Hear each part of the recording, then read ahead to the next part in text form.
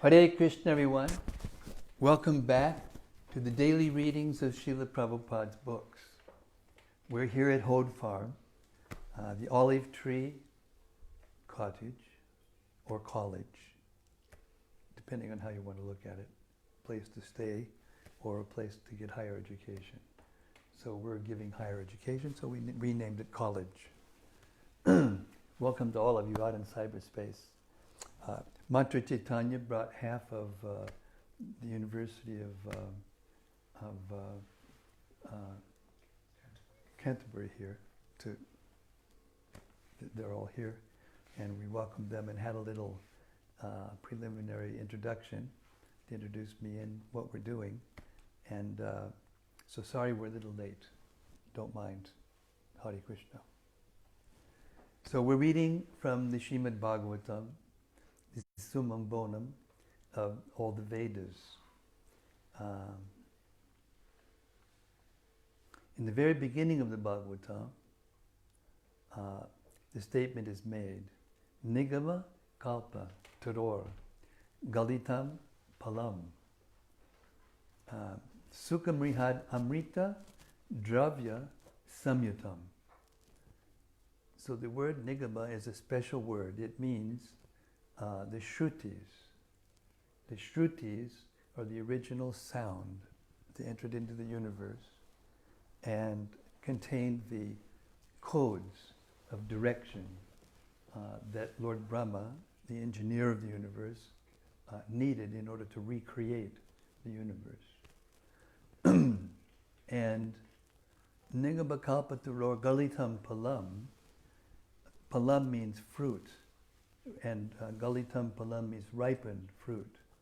So this Srimad Bhagavatam is the ripened fruit of all the Vedic knowledge, Vedic literature, which is a very vast body of literature. You couldn't put it in this room.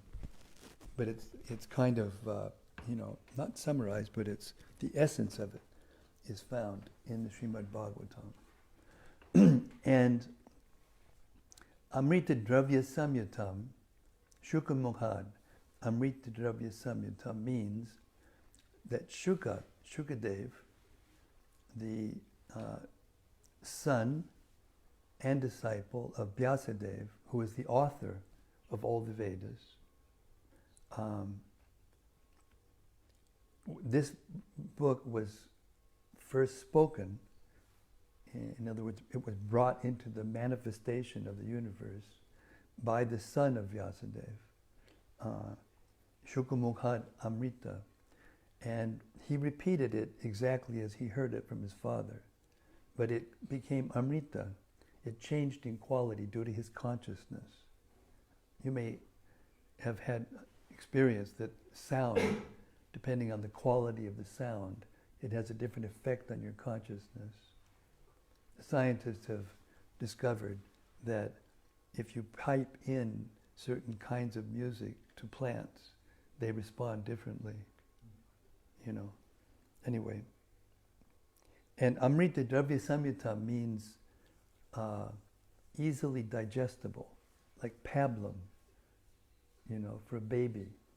The digestive system can't tolerate very much, so they give it food that is pablum. Either mother's milk is the most natural and digestible, but then from there it goes to some pre-digested. So this Bhagavatam, by being spoken by Shukadev Goswami, was pre-digested and made easier to understand and easier to digest, easier to taste, you might say. This nectar, Amrita, Dravya Samyatam. So, sorry boys, we're coming in at, there's a lot of the Bhagavatam. We've read this book every single day, like this, over the last year and a half. And we've done the first, see these books in the dark blue books? Up here, and up here, and down here? That's the size of this book. Yeah. It's not an ordinary book. So we've read the first 9 cantos, and we are on the 23rd chapter of the 10th canto.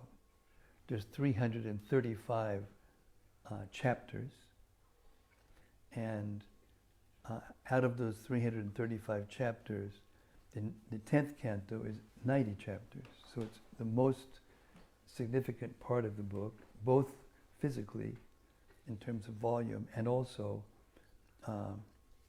topic-wise, because it elaborates on and describes the pastimes of Sri Krishna, who appeared here 5,000 years ago on the planet, and demonstrated by his practical activities the nature and the potencies of the Absolute Truth. In case you're interested in truth, anybody that's interested in seeking truth, you came to the right place. So this is going to sound like a storybook, but it's much, much, much more than a storybook. That's why I gave you some kind of orientation so you can kind of appreciate what's going on here. You really have to read the first 9 cantos of this book to understand what you're going to hear tonight. You okay? Okay. We're going to read the 23rd chapter, but before we do, we're going to read a prayer that was written by one of the one of the spiritual masters in our line of disciplic succession, in our line of spiritual authority, who is the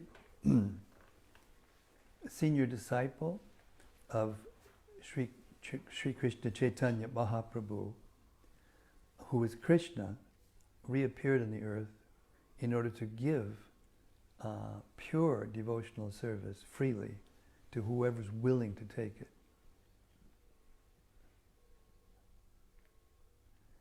So it's a beautiful prayer, and it describes what we're about to read. So if you can try to hear it carefully. It will give you an idea of the depth of what this book is, what it can give you. Okay? It goes like this. Sarva Shastrabdi Piyusha, Sarva Vedaika Satpala, Sarva Siddhanta Ratnaja, Sarva Lokai Artita. O life heir of all the Supreme Lord's devotees, O Master, Srimad-Bhagavatam, you are the sun risen in the darkness of Kali. You are the exact image of Sri Krishna. Paramananda Pataya, Prema Varshakshadayate, Sarvada Sarvasevyaya, Sri Krishnaya Namostume. I bow down to you, who are supremely blissful to read. Your every syllable pours down a flood of prema. You can always be served by everyone. You are Sri Krishna himself. You know, in the Bible it says the Word was God, the Word was God, and the Word was with God. So this Bhagavatam, this book, is the same as that.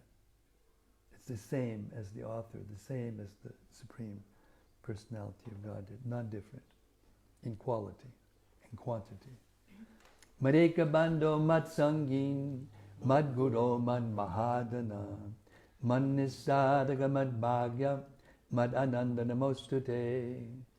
My only friend, my constant companion, my spiritual master, my great wealth, my savior, my good fortune, my source of ecstasy, I bow down to you.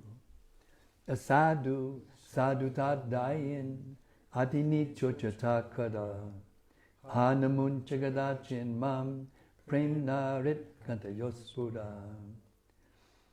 O bestower of saintliness to the unsaintly, O exalter of the most fallen, please never leave me, always appear in my heart and my voice with pure love. Om Namo Bhagavate Vasudevaya. Om Namo Bhagavate Vasudevaya. Om Namo Bhagavate Vasudevaya. So nice. Chapter 23. The Brahmanas' wives blessed. This chapter describes how Lord Sri Krishna, after inducing the cowherd boys to beg for food, showed mercy to the wives of some Brahmanas performing a sacrifice, and made the Brahmanas themselves feel remorse. When the cowherd boys became very hungry, they asked Sri Krishna about obtaining food, and he sent them to beg some from a group of Brahmanas who were performing a sacrifice nearby. But these Brahmanas ignored the boys, thinking Sri Krishna an ordinary human being. The boys returned disappointed, but the Lord sent them off again, advising them to ask the Brahmanas' wives for the food. These ladies had heard of Krishna's transcendental qualities and were very much attached to him. Thus, as soon as they learned he was nearby, they went to him in great haste, bringing all 4 varieties of food. In this way, they offered themselves to Sri Krishna. Krishna told the women that while one can develop transcendental love for him by seeing his deity form in the temple, meditating upon him, and chanting his glories, one cannot achieve this result simply by being in his physical presence. He advised them that since they were housewives, their particular duty was to help their husbands perform sacrifices. He therefore instructed them to return to their homes. When the ladies went back home, their Brahmana husbands at once felt remorse, and they lamented, for anyone inimical to Krishna, his 3 births, seminal, Brahminical, and sacrificial, are all condemned. On the other hand, these women folk, who have not undergone the purificatory processes of the Brahminical class, or performed any austerity or pious rituals, have, through devotion for Krishna, easily cut off the bondage of death. Since Lord Krishna's every desire is completely fulfilled, his begging for food was simply an act of mercy toward us, Brahmanas. All the fruits of Vedic sacrifice, and indeed all things on earth, are his opulences, yet out of ignorance we could not appreciate this fact.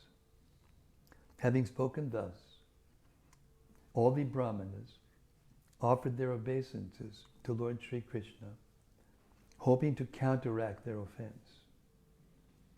Nonetheless, out of fear of King Kamsa, they did not go to see the Lord in person.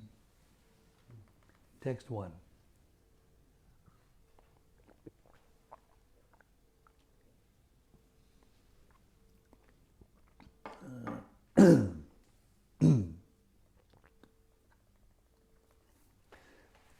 We'll skip the Sanskrit, save some time.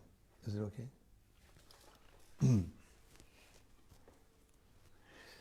The cowherd boys said, "O Rama, Rama, Valmiki, Rama, Chandra, Rama, yeah." The cowherd boys said, "O Rama, Rama, mighty armed one, O Krishna, chastiser of the wicked, we are being harassed by hunger, and you should do something about it." Purport. The cowherd boys jokingly implied that since Sri Krishna is the subduer of all bad things, the Lord should subdue their hunger by arranging for them to eat. In this statement by the cowherd boys, we observe the intimate, loving friendship they enjoyed with the Supreme Personality of Godhead.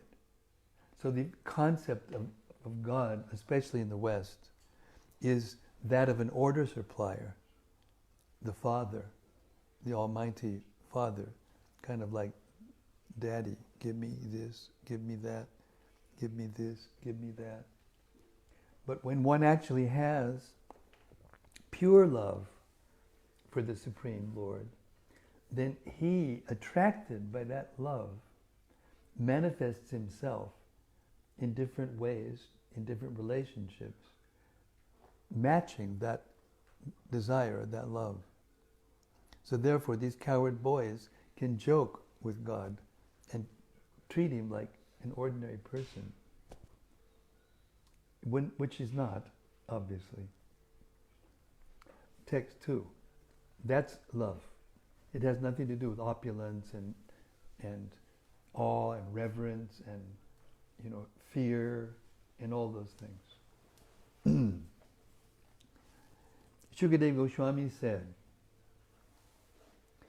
thus entreated by the cowherd boys, the Supreme Personality of Godhead, the son of Devaki, replied as follows. Desiring to please certain of his devotees who were the Brahmanas' wives. Text 3. Lord Krishna said, please go to the sacrificial arena where a group of Brahmanas, learned in the Vedic injunctions, are now performing the Angirasa sacrifice to gain promotion to heaven. Text 4. When you go there, my dear cowherd boys, simply request some food. Declare to them the name of my elder brother, the Supreme Lord Balaram, and also my name, and explain that you have been sent by us. Purport. Lord Krishna encouraged his boyfriends to request charity without being embarrassed. In case the boys felt they had no right to personally approach such respectable Brahmanas, the Lord told them to mention the names of Balaram and Krishna, the holy names of God. Text 5. They thus instructed by the Supreme Personality of Godhead, the cowherd boys went there and submitted their request.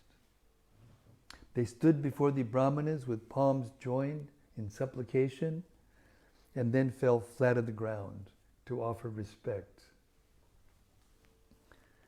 Text 6.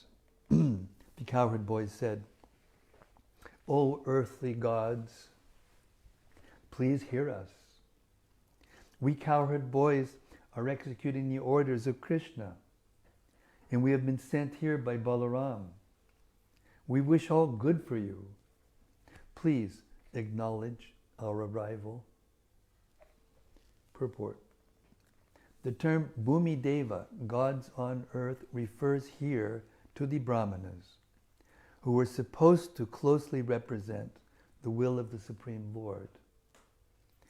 The philosophy of Krishna consciousness is not a primitive polytheistic doctrine holding that human beings on the earth are gods.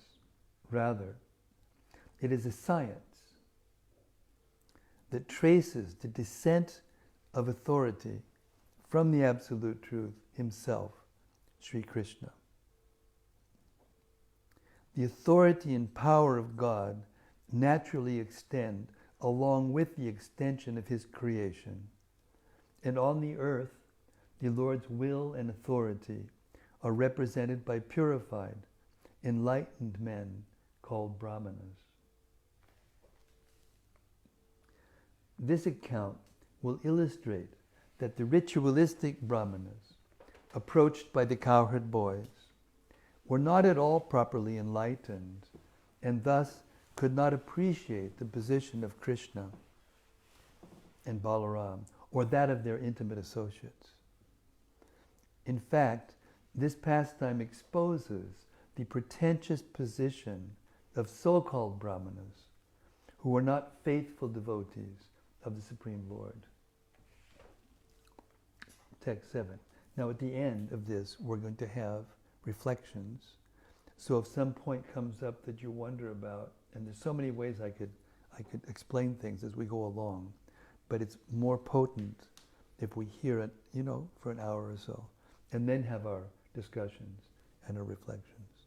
So keep that in mind. If you have something, you hear something that you either want to reflect on, or you want to have more discussion about, or you want to inquire about, just let us know. Okay? Okay? Text 7. Lord Rama and Lord Achyuta are attending their cows not far from here. They are hungry and want you to give them some of your food. Therefore, O Brahmanas, O best of the knowers of religion, if you have faith, please give some food to them. Purport. The cowherd boys doubted the generosity of the Brahmanas, and thus they used the word bubukshitao, meaning that Krishna and Balaram were hungry. The boys expected the Brahmanas to know the Vedic injunction, anasya chuditam patram. Anyone who is hungry is a fit candidate for receiving food in charity.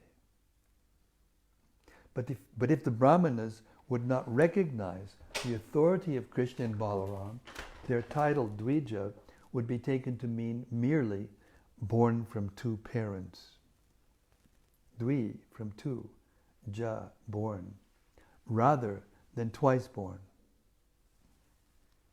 When the Brahmanas did not respond to the cowherd boys' initial request, the two boys addressed the Brahmanas with a slight trace of sarcasm as Dharmavittama, O best of the knowers of religion. Text 8. Except during the interval between the initiation of the performer of a sacrifice and the actual sacrifice of the animal, O most pure Brahmanas, it is not contaminating for even the initiated to partake of food, at least in sacrifices other than the sotramani. Purport. The cowherd boys anticipated the possible objection from the Brahmanas that they couldn't give the boys any food because they themselves had not yet eaten, and that a priest initiated to perform a sacrifice should not eat. Therefore, the boys humbly informed the Brahmanas about various technicalities of ritualistic sacrifice. The cowherd boys were not unaware of the formalities of Vedic culture, but their real intention was simply to render loving service to Lord Krishna. Text 9. The Brahmana heard this supplication from the Supreme Personality of Godhead, yet they refused to pay heed. Indeed, they were full of petty desires and entangled in elaborate rituals. Though presuming themselves advanced in Vedic learning, they were actually inexperienced fools. Purport. These childish Brahmanas were full of petty desires, such as the desire to attain to material heaven, and therefore they could not recognize the golden, transcendental opportunity offered them by the arrival of Krishna's personal boyfriends. Presently, throughout the world, people are madly pursuing material advancement, and thus cannot hear the message of the Supreme Lord Krishna that is being broadcast through the missionary activities of the Krishna consciousness movement.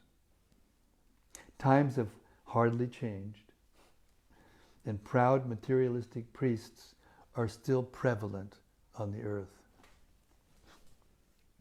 Text 10 and 11. Although the ingredients of the sacrificial performance, the place, time, particular paraphernalia, mantras, rituals, priests, fires, demigods, performer, offering, and the as yet unseen beneficial results, all are simply aspects of his opulences. The Brahmanas saw Lord Krishna as an ordinary human being because of their perverted intelligence. They failed to recognize that he is the supreme absolute truth, the directly manifest personality of Godhead, whom the material senses cannot ordinarily perceive. Thus, bewildered by their false identification with the mortal body, they did not show him proper respect. Purport. The ritualistic Brahmanas could not understand why the sacrificial food should be offered to Lord Krishna, whom they considered an ordinary human being. Just as a person with rose-colored glasses sees the entire world as rose-colored, a conditioned soul with mundane vision sees even God himself as mundane, and thus loses the opportunity to go back home, back to Godhead. Text 12. When the Brahmanas failed to reply even with a simple yes or no, O chastiser of the enemy, sounds like our PM. Oh, excuse me. When the Brahmanas failed to reply with a simple yes or no, O chastiser of the enemy, Parikshit, the cowherd boys returned disappointed to Krishna and Rama and reported this to them. Text 13. Hearing what had happened, the Supreme Personality of Godhead, the Lord of the universe, simply laughed. Then he again addressed the cowherd boys, showing them the way men act in this world. Purport. By laughing, Lord Krishna indicated to the cowherd boys that they need not be angry at the ritualistic Brahmanas, but should understand that one who begs will often be refused. Practical, Krishna. 14. Lord Krishna said, tell the wives of the Brahmanas that I have come here with Lord Sankarshan. They will certainly give you all the food you want, for they are most affectionate toward me, and indeed, with their intelligence, reside in me alone. Can we give him some water? Yeah. Purport. Oh, you have? Oh, thanks. Purport.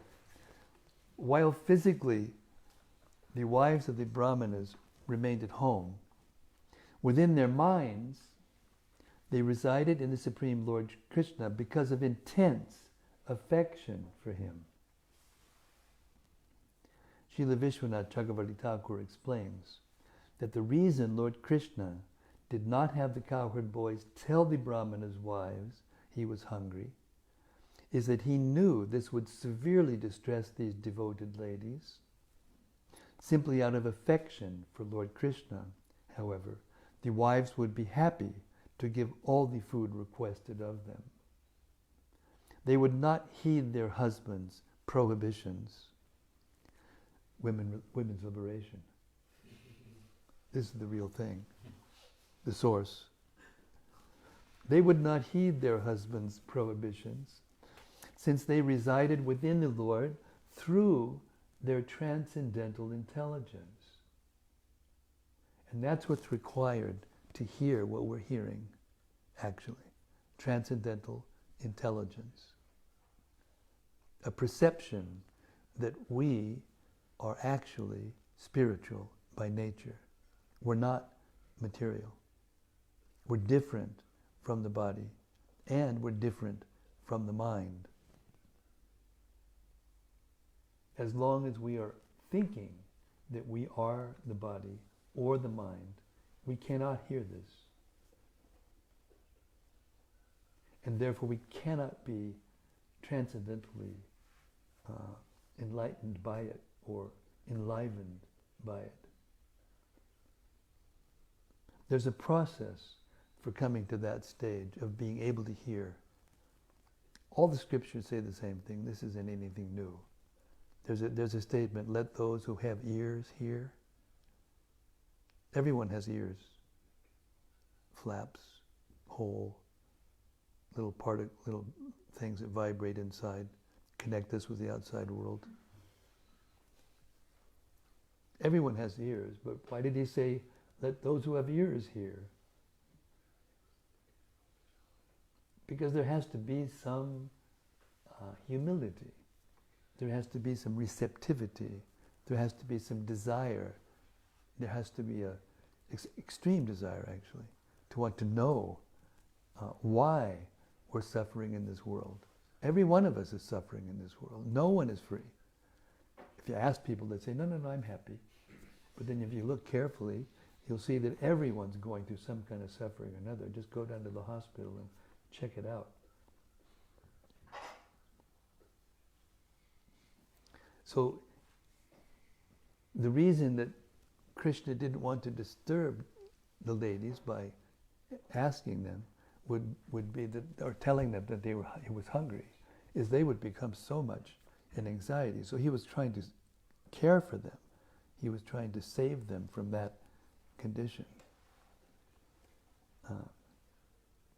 And also, they had such transcendental intelligence that even if their husbands who were ritualistic Brahmanas would be upset because they wanted to give Krishna food that they were planning to, offer in the sacrifice. And remember, the cowherd boys already explained to them exactly why they could. They knew more about the ritualistic sacrifice than they did, or at least as much. So devotees of the Lord are never in ignorance. They have knowledge of everything. But it takes a little time, just like it takes a little time to go through the university and get your degree. Text 16. The cowherd boys then went to the house where the Brahmanas' wives were staying.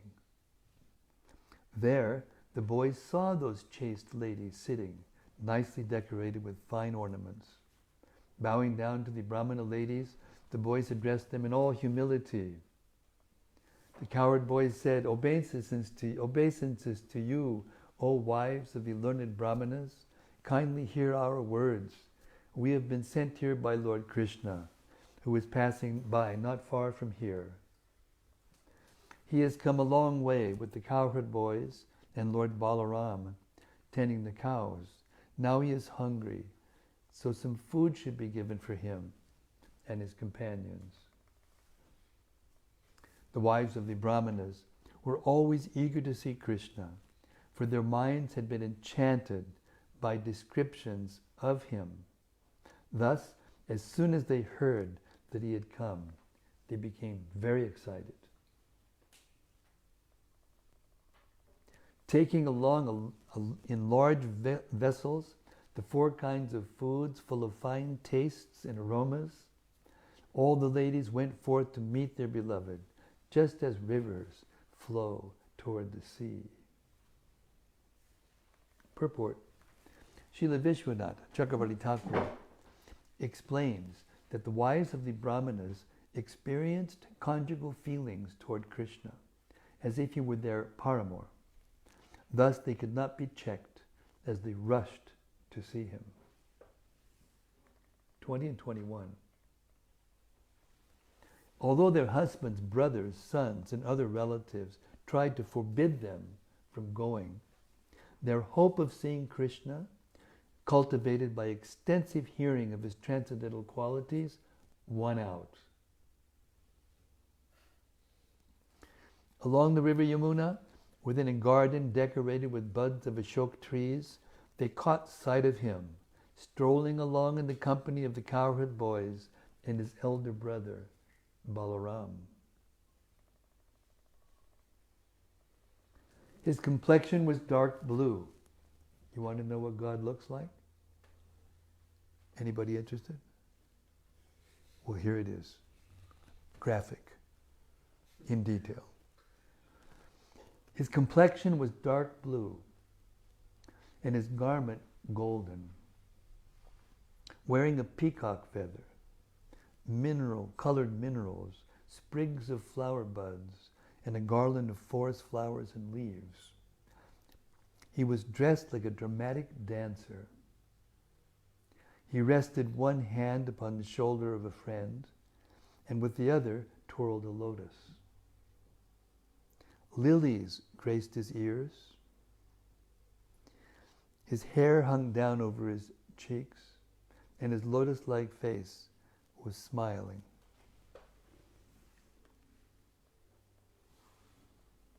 O ruler of men, for a long time those Brahmana ladies had heard about Krishna, their beloved, and his glories had become the constant ornaments of their ears.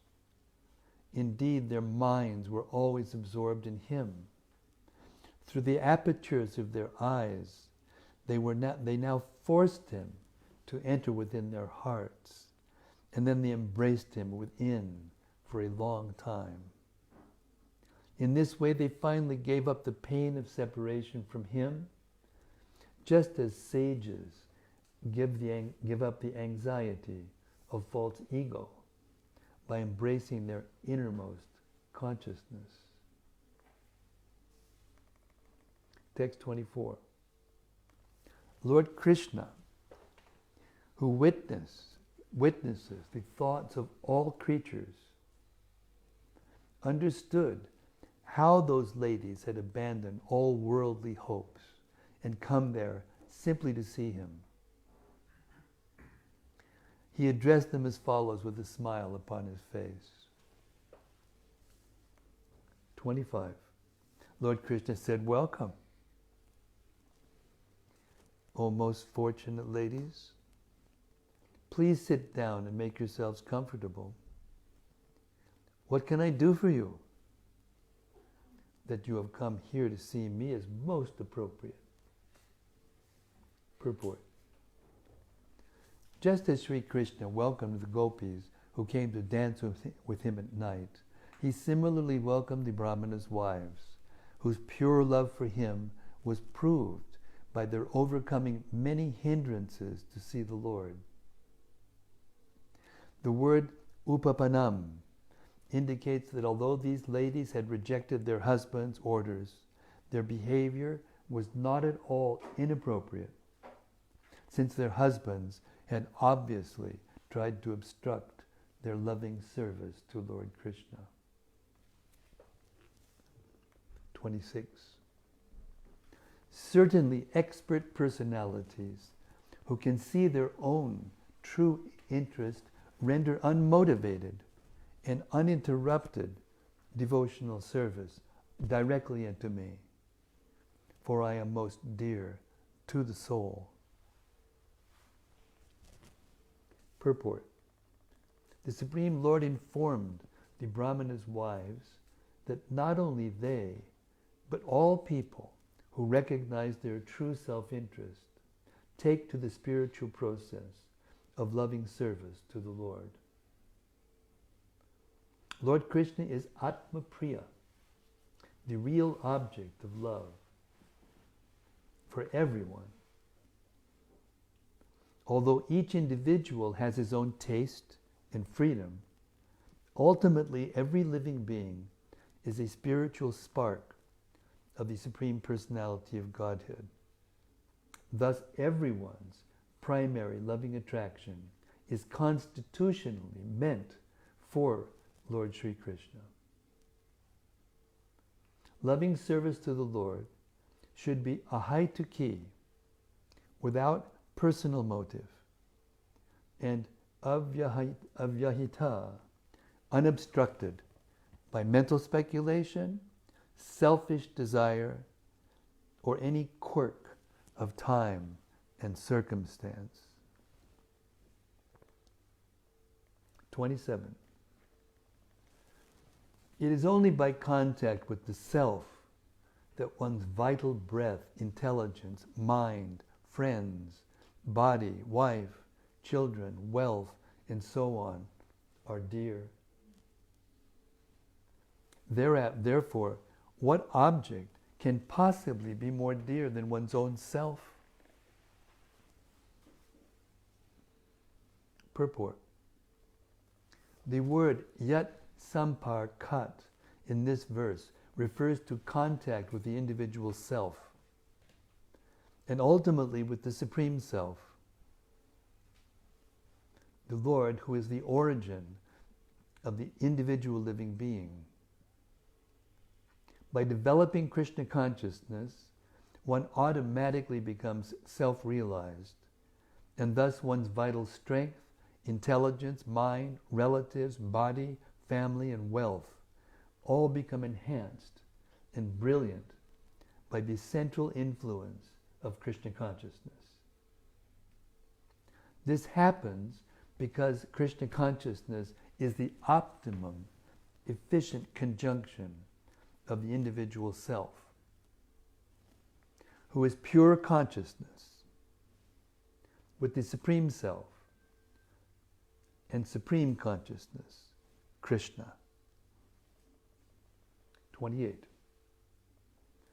You should thus return to the sacrificial arena, because your husbands, the learned Brahmanas, are householders and need your assistance to finish their respective sacrifices. The wives of the Brahmanas replied, O Almighty One, please do not speak such cruel words. Rather, you should fulfill your promise that you always reciprocate with your devotees in kind.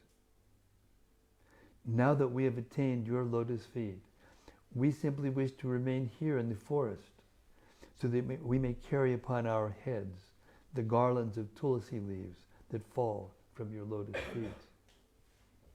We are ready to give up all material relationships. Purport. Here the Brahmanas' wives are saying something similar to what the gopis say at the beginning of the rasa dance. Bhagavatam 10:29-31. When Lord Krishna tells them to go home as well. Like this verse, the gopi statement begins with the words Maivam vibhoti bhavan gaditum nishangsam. Nigama. Remember, beginning? Nigama. Remember? Nigama kalpatador. Here it comes again. Nigama refers to the Vedic literature, which states that one who surrenders at the lotus feet of the Lord does not return to this material world. Thus the Brahmanas' wives appealed to the Lord that since they had surrendered it to Him, it was unfair for Him to order them to return to their materialistic husbands. According to Srila Vishwanath Chakravarti Thakur, Lord Krishna might have pointed out to the Brahmanas' wives, you young ladies are members of the aristocratic Brahmana community. So how can you surrender at the feet of a mere cowherd boy? To this the ladies might have replied, since we have already surrendered at your lotus feet, and since we desire to become your servants, we are obviously not maintaining a false identification as members of the so-called Brahmana community.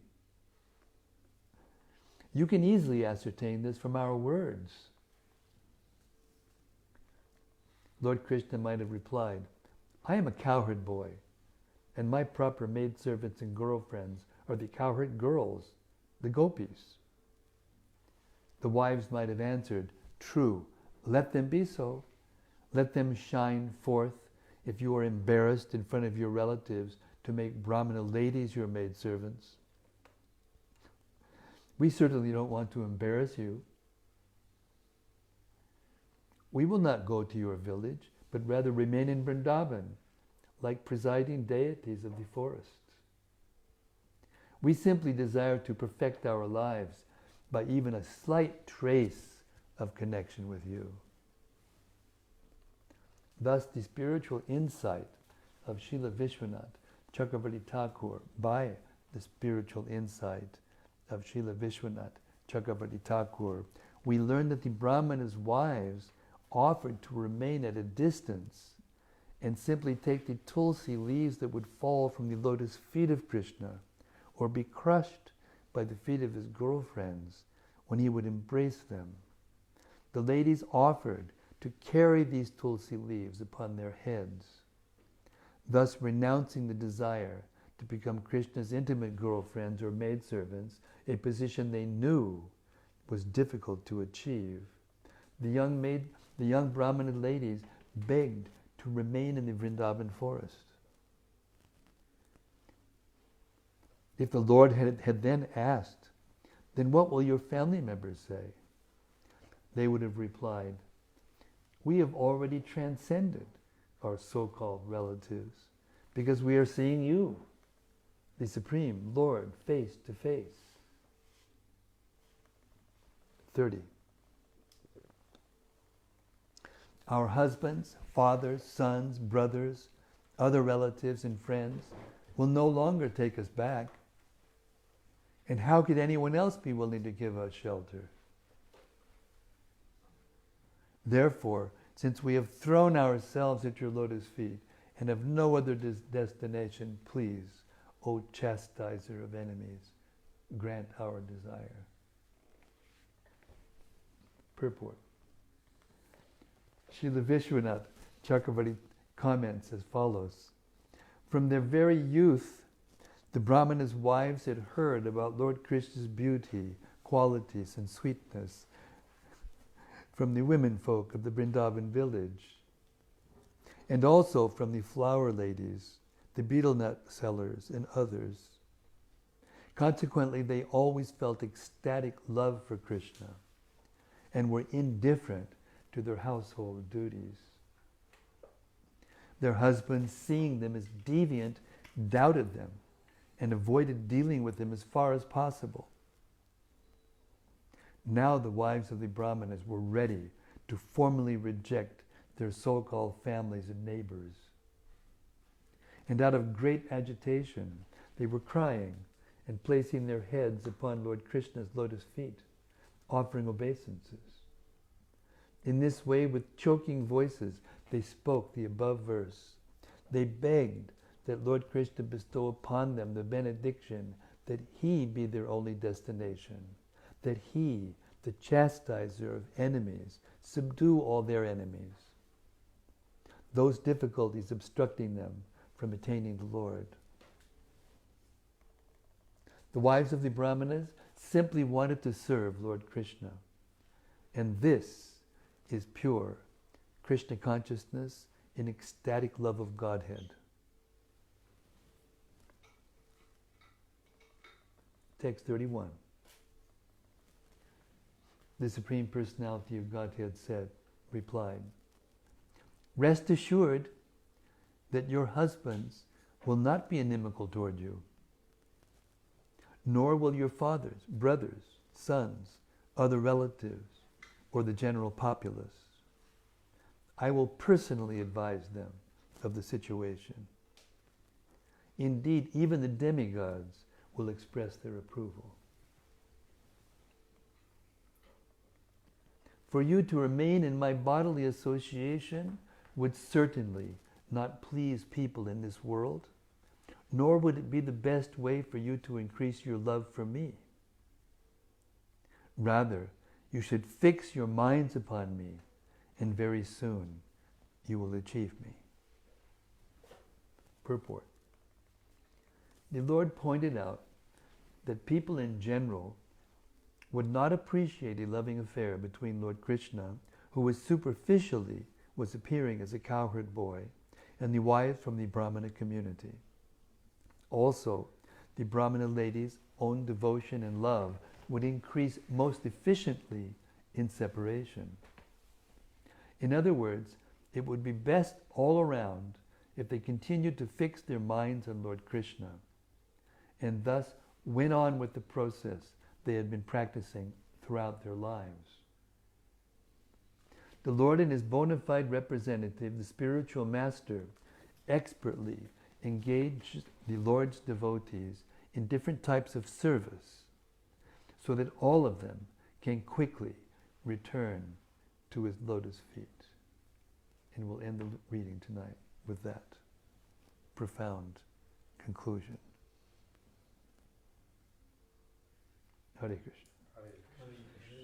So now we have our wonderful open mic session. Don't feel shy. There's only about 1,780 people listening. You can become an internet celebrity overnight.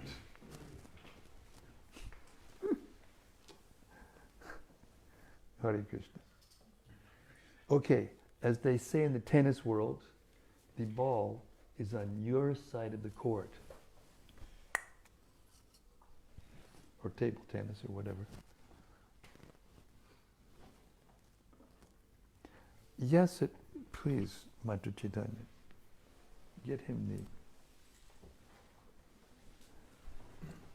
the... Now, hold this very delicately because these are delicate mics. Yet only hold them by... Yeah, don't hold them on the mic side. Hold them... No. Yeah, hold them on that... Yeah, there you go. Hare Krishna. Hare Thank you, Krishna. Maharaj, for letting us come. Hare here. Krishna. Thank you. I was wondering, when the devotees they're associating with Krishna like this, and they're not aware of his supremacy because of Yoga Maya, in order that they may associate with him more intimately, as far as I understand it. But I seem to remember hearing that some of the cowherd boys referred to him as Lord Krishna and Lord Balaram. And I was thinking, to me that seemed a bit incongruous, but I wondered Who told you that? Who told me? Which part? That they would address him as Lord Krishna and Lord Balaram. I thought that's what I heard here. In the reading? Yeah, they didn't address him, so I think they referred to him when they were speaking to the wives of the Brahmanas. Oh yes, yeah. Yes. They don't do that with him. Ah, I see. I understand. See, the thing is, even though in Goloka Vrindavan, the Yogamaya potency, the internal potency of Krishna, covers the knowledge of the residents, the associates of Krishna, the knowledge that he is God. Still, he is God. And sometimes he acts in such a way that it's obvious. He does things that are just like the other 2 or 3 nights ago we heard the pastime of how he actually swallowed a fire when his friends and relatives were surrounded by a forest fire. He asked them to close their eyes, and then he just swallowed it. And only God can do that. Nobody else can do that. You can think, oh, this is just, an allegorical story in order to help us understand that we should be submissive to God. No, this was actually a historical fact. It happened. But the love that they have for him, which was helped by having them close their eyes so they wouldn't see directly. But then we heard another profound realization by Shamagori, the Rasika Acharya of Folkestone, that actually the cowherd boys had once told Mother Yashoda that Krishna had eaten dirt, and Krishna got in trouble. So Krishna didn't want to get in trouble by being told on that he swallowed fire, so he had them all close their eyes so they couldn't see it, what happened. And then they opened their eyes and the forest fire was gone, and they were over by where they were before the fire started, and they were all completely bewildered, but they had no idea what had happened. So the love of the Brajvasis for Krishna is so powerful that it covers that knowledge. So even if Mother Yashoda sometimes for a moment, will see inside Krishna's mouth, when she wanted to check Krishna, your older brother and the cowherd boys said that you ate dirt. Mother, I didn't eat dirt. We were playing, I won, they got mad at me, so now they're telling on me to get at revenge. She says, all right, open your mouth. We'll see. can't hide the truth. Open your mouth. He opened his mouth, and she saw inside the mouth the whole universe. That's God. The whole universe is within the energy of God. It is the energy of God. It's manifested, it's emanating from the personality of Godhead. And then Mother Yashoda, seeing that for an instant, she just became completely bewildered. What's going on here? Who is this person? And then instantaneously, she thought, anyway, and she thought different things. She thought, am I crazy? I'm not crazy because I can still talk and I reason. Am I dreaming? I'm not dreaming. My eyes are open. She went through all these different, thoughts. And in this way, Krishna is able to, see, because Goloka Vrindavan, Krishna's abode, is not different than Krishna. So everything comes from Krishna. So everything actually comes from the abode of Krishna simultaneously. So all the opulences, anywhere, whether it be a Vaikuntha, the spiritual world, or this material world, or any place in between, they come from Goloka Vrindavan. Therefore, it is the most opulent. But the love that they have for him covers their tendency to see it as opulence. The stones that they use to make their houses, each one of them is more valuable in the whole universe. The opulence of all the universes put together. So their love is so powerful that it covers, instantaneously it covers that momentary observation that they are the Lord, the Supreme.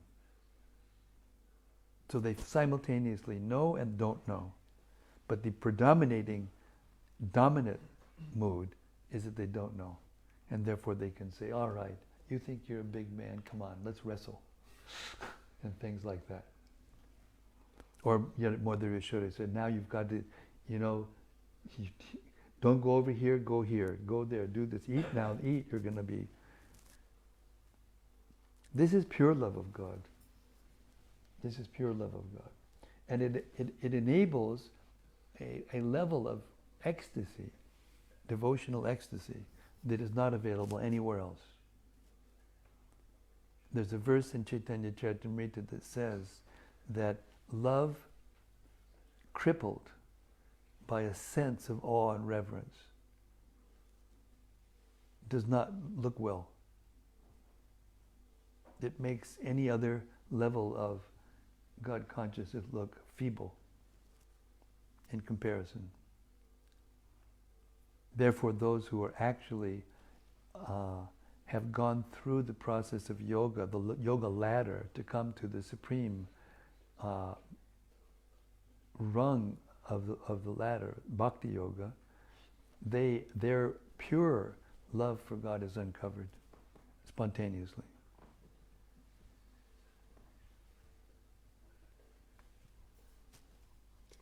Is that all right? Perfect.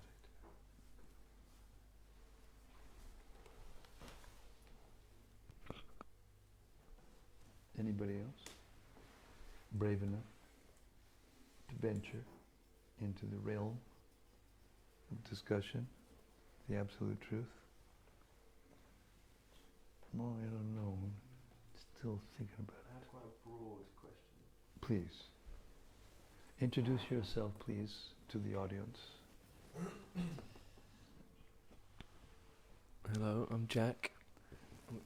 Should I just hold it there? Yeah, please. Thank you very much. You're very kind. Thank you. So my question is quite broad, just of what you were talking about then in response to that question. Yeah. I just wanted, because I'm quite new to a lot of these all of this ideas. Yeah. So I'm quite keen to get a general idea of what you mean by God when you refer to God. Is it just Krishna, or is Krishna something more than typically what Western people would see as God, or should I say Christian? This is a fantastic question, Jack. Thank you very much. It's okay. No, this is a beautiful question. Just because when you were sorry to interrupt. When No, you were that's answering, fine. and I'm trying to understand. It's hard to try and make sense of the answer you're giving when there's so many definitions Yes. of God in today's world. Yes. And for obviously a lot of Western culture, Yes. the idea of God is a very narrow Yes. idea. Yes. So, What is that narrow idea? well, I suppose for a lot of people, within Christian ideas, for example, God is seen to be a specific being, which is and we are in the image of that, which a lot of people would then place all of their responsibility in life on that supreme person. But then obviously there's a lot of ideas, more philosophical, which are based around God as more of a philosophy or something that's just within everything. And for me, it's always been unclear.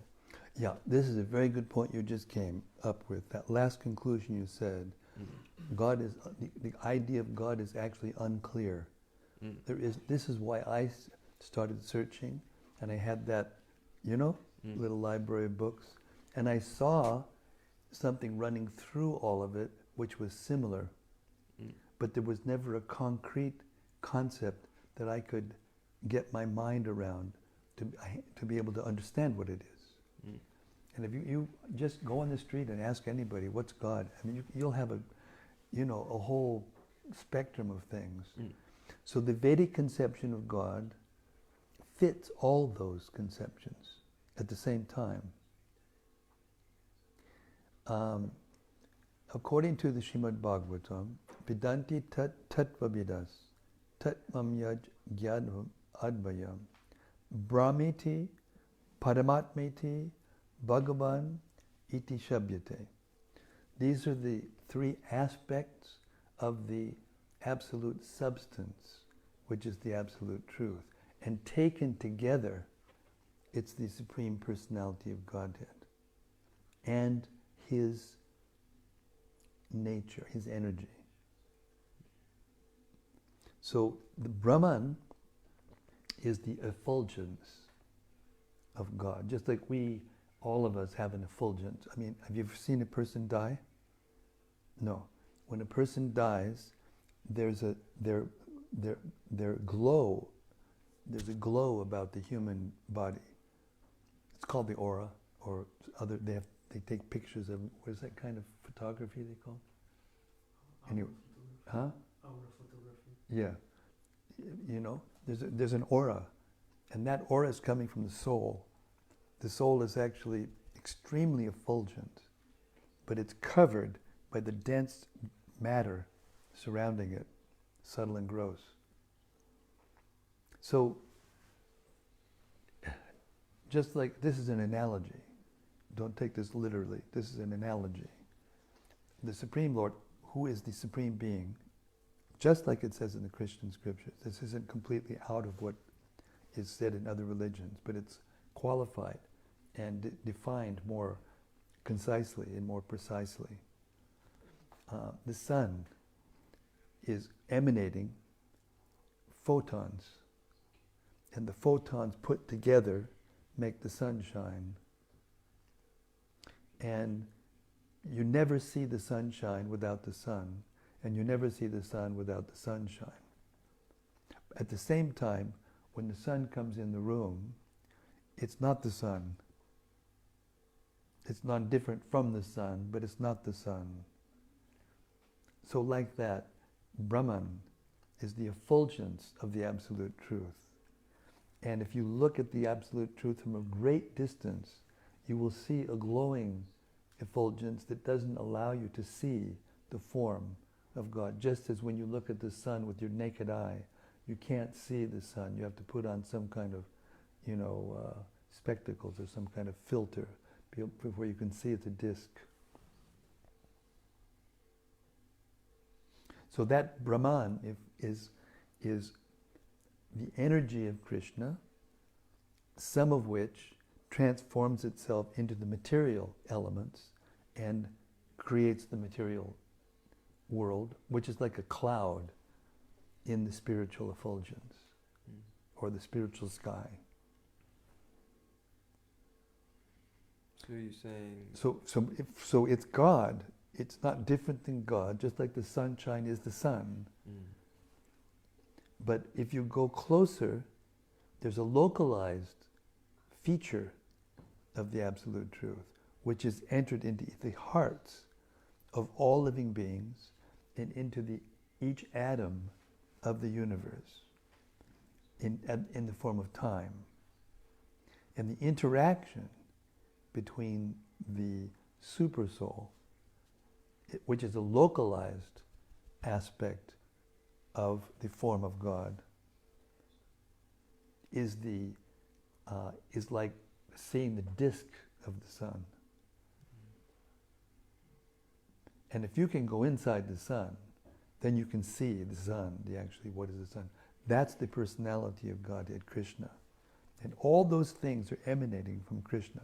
In the Bhagavad Gita, Krishna says, Aham sarvasya prabhavo mattak sarvam pravartate iti matva bhajante mam buddha bhava samanvidaha. He says, I am the source of everything. When he says everything, he means everything, literally. There's personal expansions of God, which come into this material world and do wonderful things in order to help keep things straightened out, to reinvigorate the spiritual or religious life of the human society, to deal with the elements, the evil elements, demoniac elements, to deal with them and keep the human society in equilibrium. So those are called swanksha, expansions of God, personal expansions, otherwise known as Vishnu Tattva. Then there's the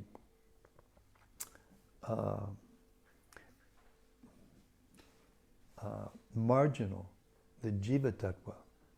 The marginal Tattva, or the Jivana Tattva, are the living beings, the individual living beings. They are also expansions of God. That's us. But they are marginal. They're tiny. God is infinite, and the living being is infinitesimal.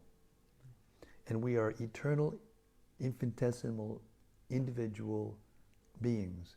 And God is the eternal, infinite being, which is the source of all other beings and all other energy and all of everything. And all together, that's called the Absolute Truth.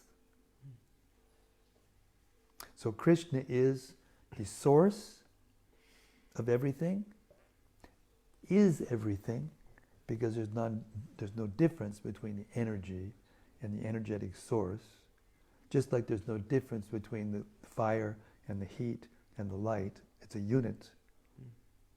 At the same time, we can say that the fire is the source of the heat and the light.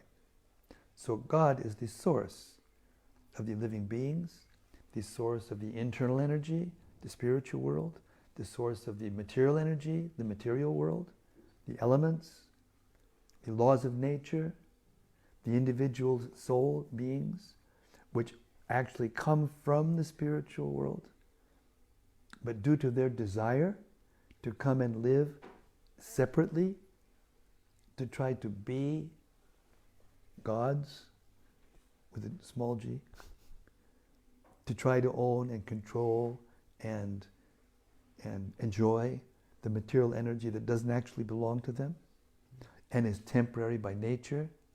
The forms in the material world are temporary by nature, and therefore their attempt to enjoy it and to own it and control it is always frustrated. But that's God's mercy, because we wanted to be here. The secret to coming to the point where we can actually consider the source is to acknowledge that we are not the controller. We want to be independent. We want to be free, but we're not. And the Vedic hymns teach us how to see, first of all, that we're not free. You know, the animals, they can't understand this. They're just, you know, they're ignorant enough that they don't understand that they're suffering. If you put a line of sheep or a line of lower animal, you know, in a line, and at the front they're slaughtering them for consumption, as long as you feed the ones at the back, they're okay.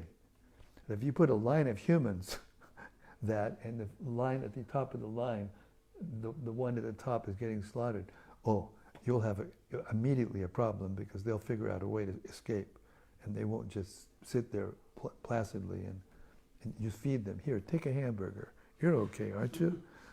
You know? No. This is knowledge. This is transcendental knowledge.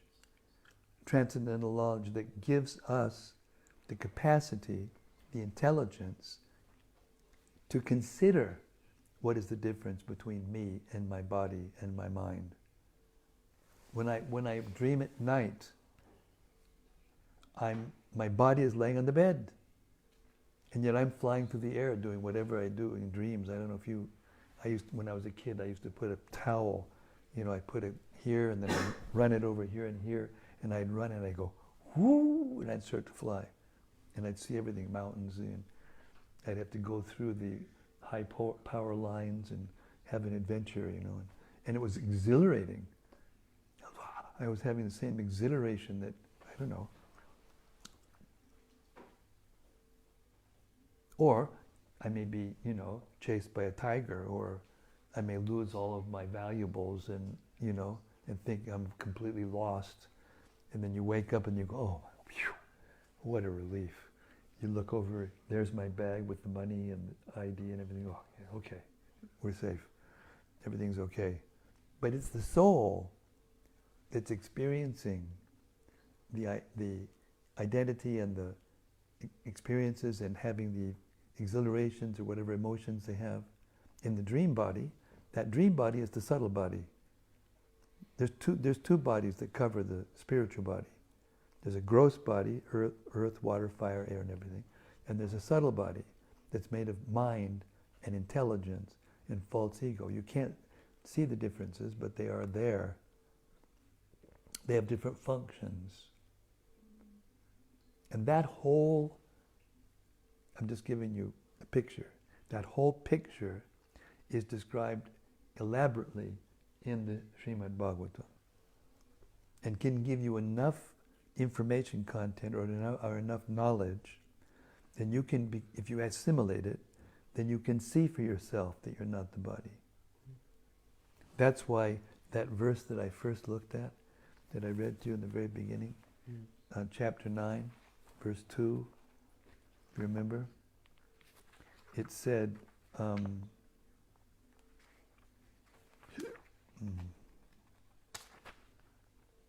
this knowledge is the king of education, the most secret of all secrets.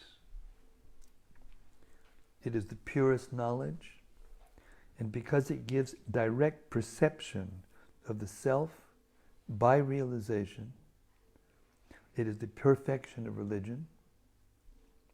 It is everlasting, and it is joyfully performed. And that's actually what we're looking for.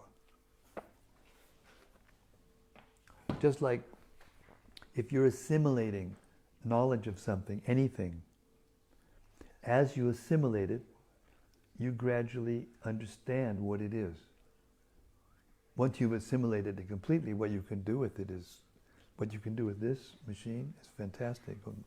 I'm not a techie, you know, I'm not a power user, you know, these people can, you know, organize the whole world, or Amazon or something with one of these things, you know. Well, maybe it has to be a little bigger too, Amazon stuff, AI and all that. But anyway, the assimilation of knowledge means as you assimilate things, you see differently. I'll give you a better example, practical. A child may come in here, little child, 3, 4-year-old child. They'll come in and they'll see the same things that we see. Same exact forms, bald-headed, saffron-clawed person, piping on, and a lot of people sitting there and scratching their head. What's going on here, And they may think, oh, this is interesting. Maybe we'll learn something. No, they can't. They see the same forms, but they can't understand. Because their knowledge is, their body, first of all, can't give them the capacity. And second of all, if they're uneducated, they can't understand that this is a place where they can learn something about themselves. So that's an example of assimilation of knowledge. When someone is mature, the body is mature, the knowledge is mature, then when you look out at the world, you can see more, even though you see the same forms.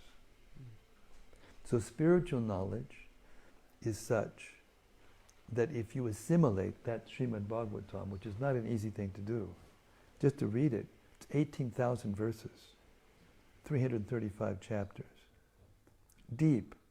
We just read just a few verses. There's 18,000 verses.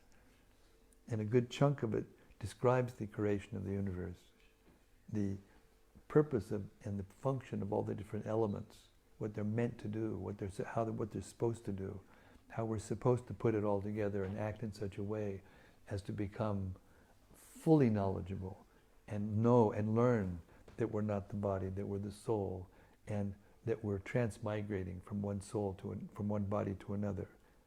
And to figure out, not figure out exactly, but to learn how to escape that cycle of birth and death, which is causing everyone to suffer. No one wants to die, unless you're a lunatic. Any sane person, they don't want to die. They don't want to get old. I'm 73 years old now. Of course, maybe you can't tell because I act like a teenager. But actually, the fact is that I can't jump anymore. I used to jump and do so many things. I can't do it anymore. It's no fun. But up here, I'm having a good time, really good time. And in here, where the soul is actually located, really good time.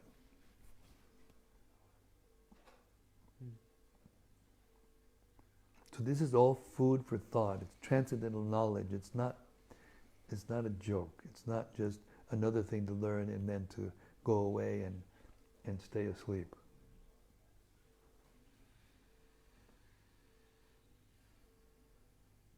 That was a fantastic question. It was a great answer. No, it was a result of the question. I have 100 more, but I'm not going to take up your time. Give me at least one more. One more? Yeah, at least one. Maybe not 100. Okay. But at least one more. One more. So you talked about assimilating all this, and used the analogy of how we assimilate knowledge through reading and things like that. Yes. Is it through, are you saying it's through these books and the knowledge in these books that we assimilate what you were trying to say, whatever's, or is it through things like yoga and more experiential? It's both. It's both. It's both. Yeah. See, spiritual knowledge, the sound that is coming down to us that has been put into a form of a book is actually a transcendental sound. That's why if you look at our books, you'll see that there's the script that the sound originally came out it looks different written down than what we see in English. The original sound is there, and then the transliteration or how it looks in the English and the Roman letters, and then there's a word for word synonyms of each of them, and then there's a translation of the verse, and then there's an explanation, from a person who is in that line of knowledge to give it to us. So this is transcendental sound. I'll try to explain it. First of all, you have to have a body that can receive it. Just like when you have a transmitter and a receiver of anything. Here we have a transmitter and a receiver just to do this transmission into the Facebook. If one of them is not working, like last night, the transmitter wasn't working so well, so therefore it was scattered. It wasn't so clear. So you have to have a functioning receiver and a functioning transmitter working properly. So you have to have the body and the mind, that's prepared. That preparation is the system of yoga. The system of yoga, if you follow the principles of the system of yoga, it gradually elevates and purifies the instrument, the human body and mind and heart, to be able to receive this knowledge. Then, when you get to the actual transcendental sound that is free from the modes of nature, in the Bhagavad Gita, Krishna says, Trigunya Vishaya Veda Nistrigunya Bhavarjana. The original Vedas, they're describing the modes of nature, how they work, in order to either go up or go down or stay the same. But there's transcendental knowledge, Nistrigunya Bhavarjana, above the original materialistic section of the Vedas. Just like in the story we just heard, the Brahmanas were performing sacrifices. They were materialistic sacrifices that are in the Vedas to improve our life, either get a better life or improve our situation in this life, standard of living or whatever, and even go to higher planets. That's materialistic religion, materialistic philosophy. But there's a transcendental aspect or part of the Vedas, which is the Srimad-Bhagavatam. And it is purely spiritual. There's no material contamination. In other words, in the spiritual world, the sound of an object and the object are the same. In the material world of duality, the sound of an object and the object it represents is different. If I'm thirsty and I chant water, water, water, water, water, water, I won't quench my thirst by chanting the sound water, because there's a difference between the sound and the water itself. But in the spiritual world, the sound of an object and the object are the same. The sound of God's name and the form of God and the abode of God and the paraphernalia and the service are the same in an absolute sense. So you can taste, it's like this. The material world is a system of actions and reactions, and they bind the soul, which is actually a spiritual being. And that's described in the Gita, in the 3rd chapter. Prakrite kriyamanani gunai karmani sarvashaha ahankara vimudatma. Ahankara means false ego. When the soul comes in contact with the material world, the first energy it comes in contact with is the most subtle energy, which is called false ego. And when the soul, the spiritual being, comes in contact with that false ego, the false ego allows it to identify with matter as itself. So ahankara vimudatma, bewildered. Vimudatma means self-deluded or bewildered. The soul becomes bewildered into thinking that he's doing things that are actually being carried out by the modes of nature, by the laws of nature. But the next verse says, Tattvavit tu Mahabaho. Tattva means truth. Vit means knower. So when one hears a source of knowledge that is outside of that closed system of action and reactions, which causes the cycle of birth and death, causes the soul to transmigrate from one body to another, trying to satisfy its desires in the material world. When you hear the knowledge from outside of that, then one gets a choice. Then one, by assimilating that knowledge, one can see the difference between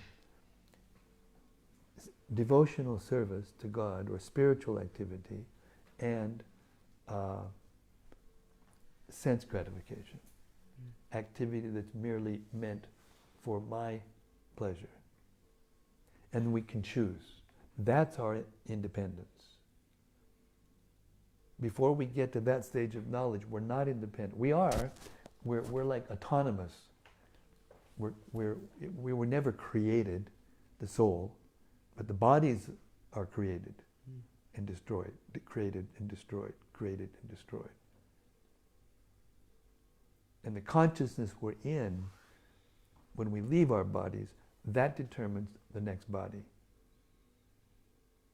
And if we come to the state of consciousness at which we are fully Krishna conscious or God conscious, then that doesn't cause a reaction, and rather than take another material body, we go to the spiritual world, our subtle and gross bodies fall away, and our spiritual self, which is the person who is experiencing the subtle body in a dream, and experiencing the same emotions and experiences in this gross body, is freed. The body is inert. The elements, the atoms and the molecules that make up this material body are inert. They're not conscious. The consciousness is a different energy. It's the perceiver. It's the knower. There's the knower, the knowledge, and the object of knowledge. But the original knower is the soul, is the spiritual being, which is eternal, eternally individual, and has a relationship in the spiritual world with Krishna and with the other eternal associates of the Lord. And there you can have loving exchanges. You can have everything, except you can have it permanently. And not only permanently, but the sensual perceptions don't fade with time, because there's no time, there's no space. Yes? So then why, because I've thought about that a lot, but then a question I've always had when I think about it is, why have form in the first place? Still water runs deep.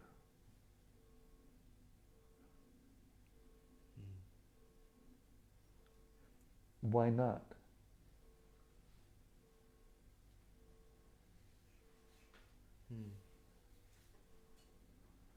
It is the nature of the energy of God and God's internal and external energy to have form. It's the nature. It's like there isn't anything in existence that's void. It's just a concept. It's an imagination. You've never experienced it. Nobody has.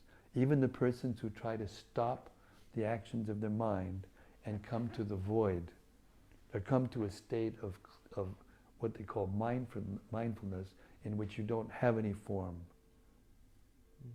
Do you know what the ultimate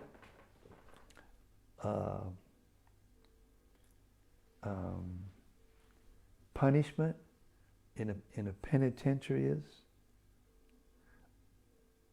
Think about it.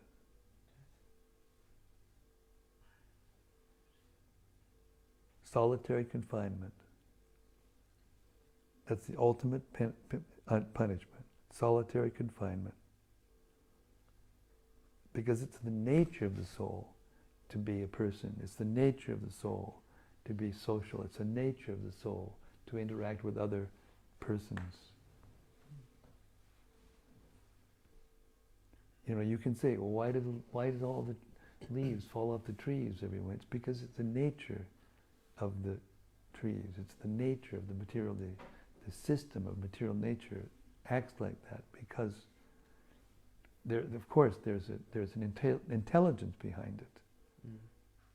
As far as they go into the material energy, down to different layers, now they're down to, I don't know what level of subatomic particles they're at now, but however far they go, there's a structure. They don't find, there's nowhere where there's not structure.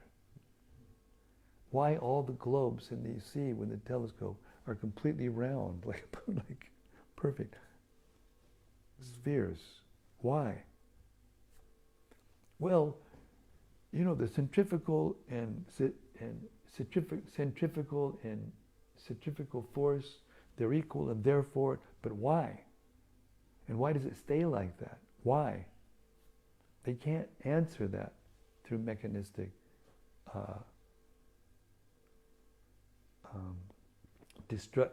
deconstructive philosophy.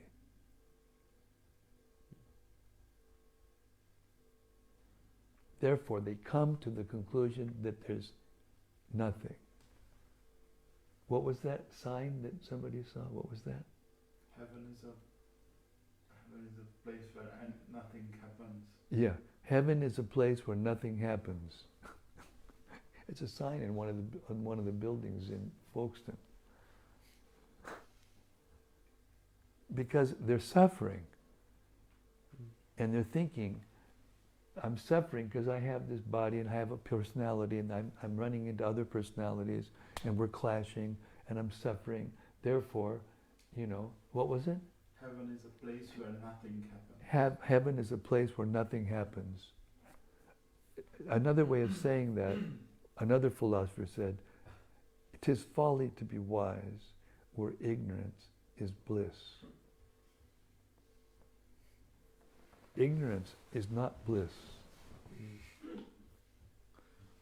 Ignorance is the absence of bliss.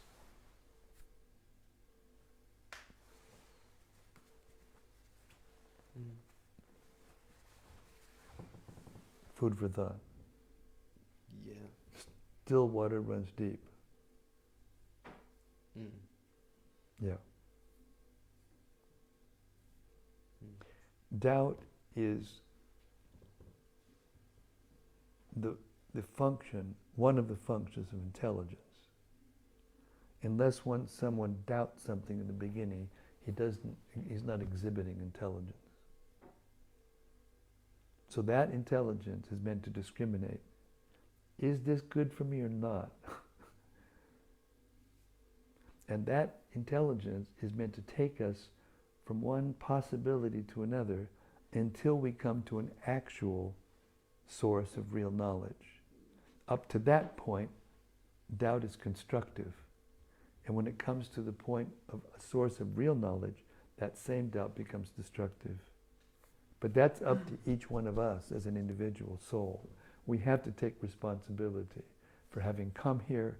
We have to take responsibility to be able to come to the proper conclusion. But that conclusion, we can't manufacture it.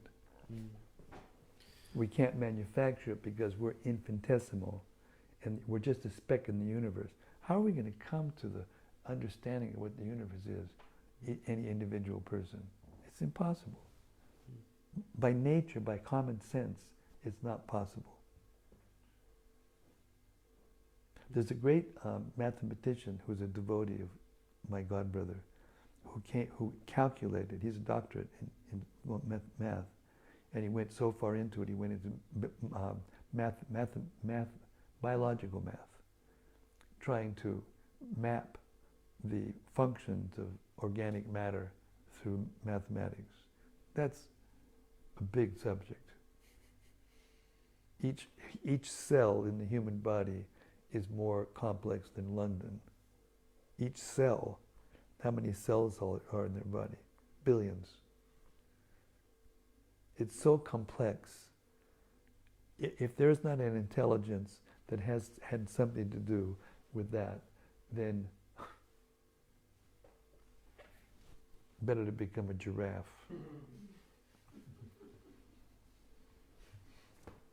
Or an anteater or something. I don't know. Anything. A piranha in the Amazon.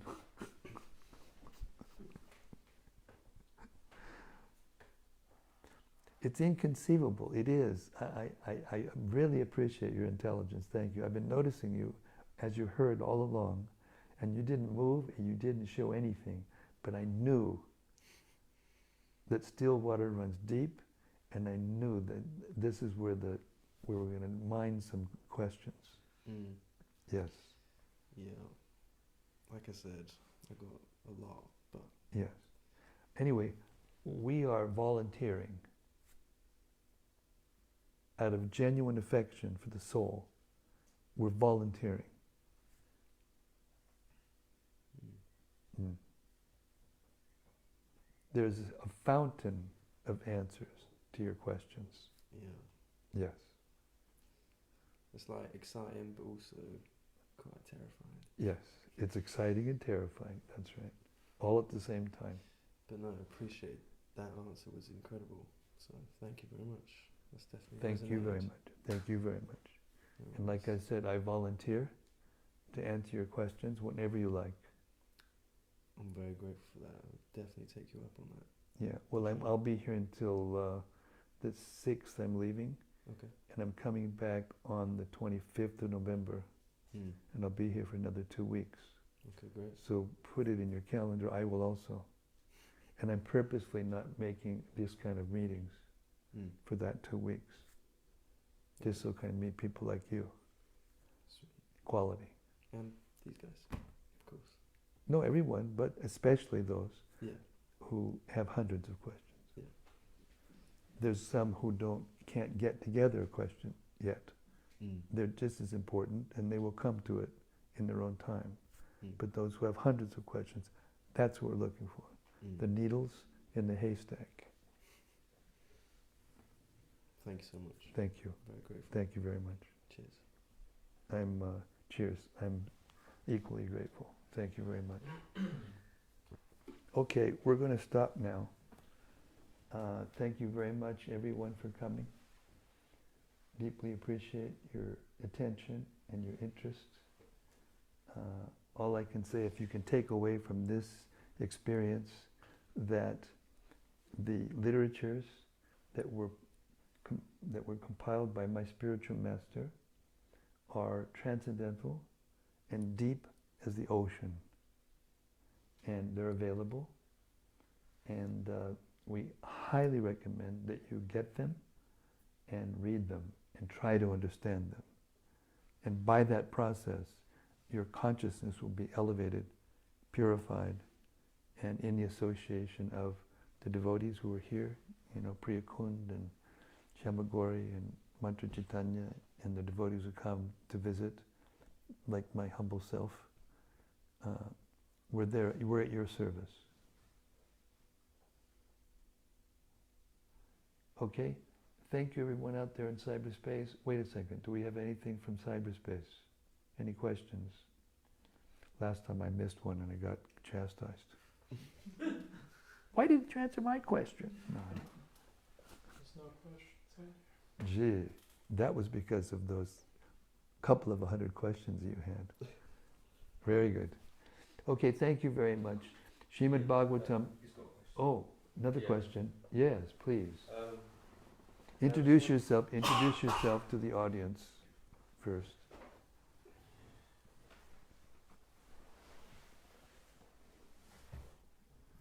Yeah, hold it by that little thing. Yeah, there you go. Yeah, that's right. Got it. Hi there. My name is Anthony. Anthony, Hare Krishna. Hare Krishna. I just wanted to ask about after transcending, once you leave this karma behind and this material world, what is left? What is there beyond? Or how is it experienced? What is the... Because I understand that you say that there's you're experiencing Godhead, you're experiencing Krishna, but we have individual souls as well, and there'll be countless numbers of people with souls. Yes. So how do we differentiate ourselves? In the material world, we can not only can we not see God, we can't see ourselves, and therefore we're very confused in the material world. We're thinking we're the body. You ask anybody, who are you? I'm Indian, I'm American, I'm English, I'm Christian, I'm Hindu, I'm Jewish, I'm Muslim, I'm whatever.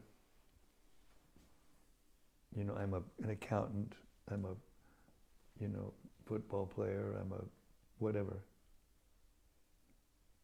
And all those identities are not what we are. How do we know that? This is not sentiment, this is knowledge. There was a time when you were this high, and if somebody asked you what you were, you would tell them with full conviction, I'm a little boy. And then I'm a student. And then later than that it'll be, I'm a whatever, I'm a police officer, I'm a this, or I'm a that. I'm the husband of somebody, or I'm the wife, or I'm this, or I'm that. And then later on, you get like me, and I'm an old man. And each time I'm identifying with the body, I'm thinking that's what I am, but I'm none of those things. And I know it. Instinctively I know it, but I haven't been taught to see it. That's spiritual education. That's the lacking of human society. And it's what's causing human society to go downward in a spiral.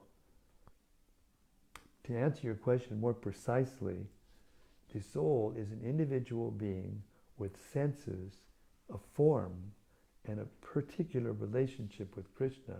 And what we heard tonight, which is not easy to understand, is what it's like to be with God in the spiritual world. Just like what we see here is a reflection of the spiritual world. Just like there's a tree, right, standing on the body of water, and there's another tree, the reflection on the body of water. So the material world is like that reflection, and the water is like material desire. So the material world, the spiritual world, is reflected onto the material energy to give the souls an opportunity to fulfill their material desires. The desire to live separately from Krishna, from the spiritual world. We want to become Krishna. So that was our desires prior to having woken up to the possibility of the absolute. Yes, exactly. And then when you wake up and you start to follow the process, the science, it's a spiritual science, it's not a religion. I'm a Christian. Yeah, but last week you were a Hindu and you converted.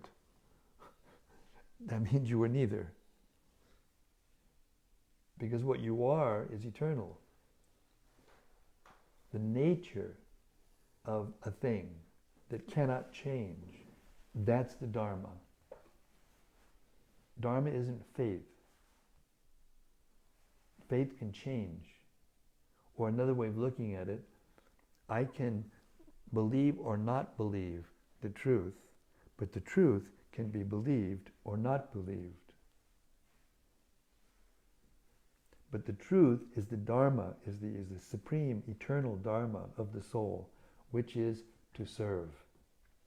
Therefore, any living being, every living being is serving another living being somehow or other, in some way or another. Even insects, they're in the ecosystem, they're doing some service. The fish, they're serving in some way or another. So the soul is by nature a servant of God in relationship. What relationship? The same relationships we have here. As a neutral party. You know, the worshipper of God as appreciation, but no service, but just appreciation. Then there's the servant, active service. Then there's friendship. When that active service becomes more familiar, it becomes friendship. When the friendship becomes more intimate, it becomes a feeling of possession or a feeling of maintenance. That's the parental. And when that parental becomes more intimate, it becomes conjugal. Those are the relationships that we can have in this material world with other human beings. You know, neutral, servitude, friendship, parental, and conjugal. There's no relationships outside of those. Why? That's the question. Why? You'll never see anybody that doesn't have those relationships.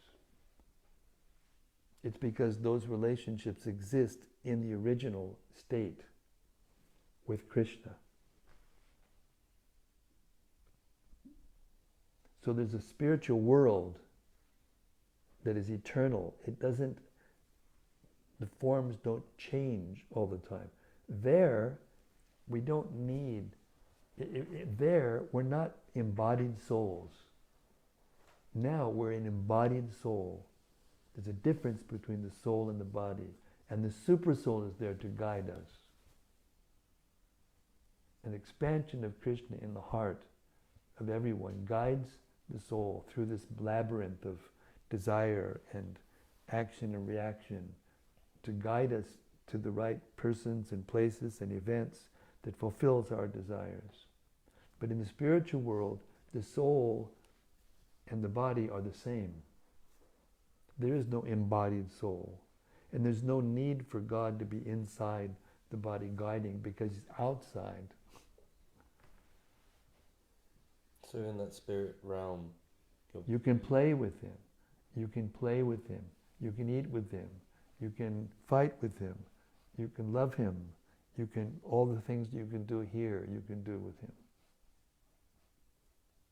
That's the goal of life. And there's no birth, there's no disease, there's no old age, and there's no death. So our question, and the Veda's question to us is, why not? And the process of getting there is called the yoga system. And that yoga system is described by the source of everything, Krishna, right here in the Bhagavad Gita as it is. The yoga ladder, it starts with karma yoga, then it goes to jnana yoga or knowledge, then it goes to dhyana yoga or mystic perfection, then it goes to bhakti yoga, pure devotion.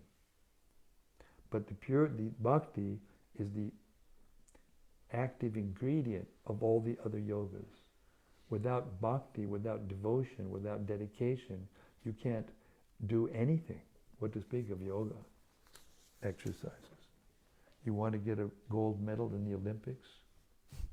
and You don't get it with your good looks and you don't bribe somebody. No, you got to get out in the field and run faster than anybody else ever has. And once you're there, do you remember any of the material world? Do you remember it? Is it? Why would you want to remember a nightmare? Because when you have a nightmare, do you want to remember it? Because it's what brought me to that place. It's what took me there. No. It's keeping you away from that place. It's not taking you there. It's keeping you from there. It's a nightmare. You're living in a nightmare. And when you go back to the spiritual world, it's like you've woken up from a nightmare, and you go, and do I want to go back into that dream where I left my, I lost my ID and my money and everything, and everything's closing in on me, and I'm panicked. Do I want to go back there when I wake up? course not. It's the same.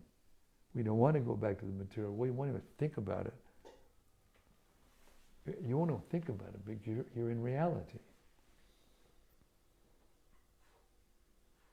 Yeah, it's a lot to take in there. Just being here and then being somewhere so pure that you can't. Yeah. Well, the fact that you recognize it as that is a step in the right direction. So now you're going down the road. You got to have a GPS system to know where you're going. First of all, you got to know what the goal is. Then you got to have a GPS to get us there. That's the Vedas. And the association of the devotees, helps a lot. Essential, actually. But now I'm going to close shop. Okay? Thanks for your question. Thank you. Antonio. All right, thanks, Yogi. We're going to try this again, but it's so nice. The atmosphere is a little different than when we started, isn't it? Or is it not? It works like that every time. And once you've done this long enough, and you've had this experience, every time that when we start, the atmosphere is one thing, and we end, it's a completely different thing, then you realize there is a spiritual atmosphere, there is a spiritual world, and we'll want to go there. That's the purpose of this experience, is to awaken and strengthen our desire to go there. Okay, thank you again. We're going to try one more time, shut down, close. That was the encore, I guess, That was the encore. Okay, Hare Krishna, thank you very much. All glories to Krishna and Balaram. All glories to the wives of the Brahmanas. Gaur Premanande, Srimad-Bhagavatam ki jai. We'll see you tomorrow night, same time, same place, same station. Hare Krishna.